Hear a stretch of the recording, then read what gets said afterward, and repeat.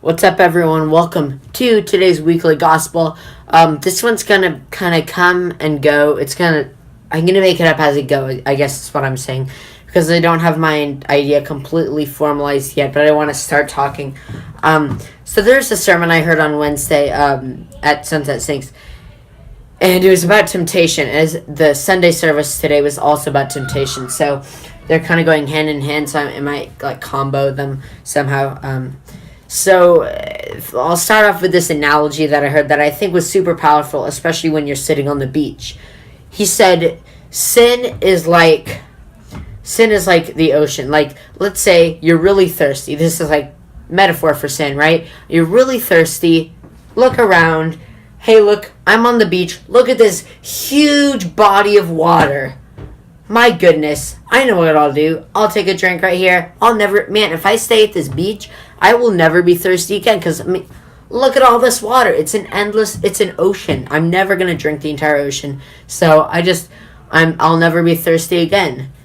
But drinking that water is going to do the opposite effect. You think it's going to you think it's going to help you. You think it's the greatest thing. You think it's exactly what you need and it'll satisfy you. But it's the exact opposite, because salt water dehydrates you. Salt water makes you more and more thirsty, and it's bad for you. Don't drink salt water. That's kind of what sin is. It's something that looks really good, but in reality it's not. And then he also said this. He also said this about sin and why we sin. You're not going to choose to sin because it feels really good, or because it'll make you fit in, or because some of those other things you might think. At the end of the day, you only choose sin for one reason, and then you're trying to fill a hole that only God can fill.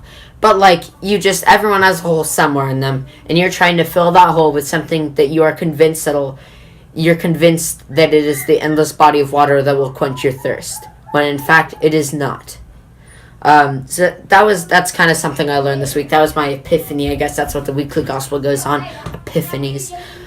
That sin is just something, it looks like it can fill that hole, but it just cannot. And in the passage we were reading this morning, it said something, it said, I've been here too long. And something I want to ask you guys this week is that water that you're drinking out of to quench your thirst, the ocean that you think can quench your thirst. How long have you been drinking that water? How long have you been trying to fill a hole? How long have you been stuck doing the same thing over and over again and it does not work? How long? How long have you been there?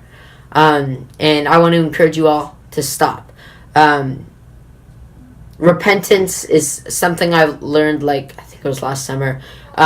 Repentance is not something you can do.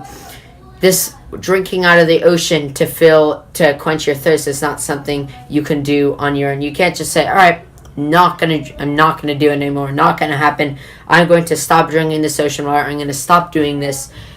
All you can do is pray and pray and pray, and really stop doing something. You can't do it on your own. You need God to do it. You cannot stop drinking out of the ocean. You actually need to pray, God, I need help. I cannot stop drinking the ocean water. I really need help. I need to stop.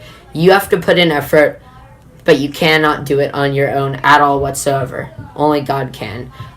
So that's my encouragement for you guys today. I hope you all enjoyed today's weekly gospel, or this week's weekly gospel. If you like the weekly gospel, like it. If you don't like the weekly gospel, dislike it. Don't forget to share your opinion in the comment section down below, including any epiphany you might have had yourself this week.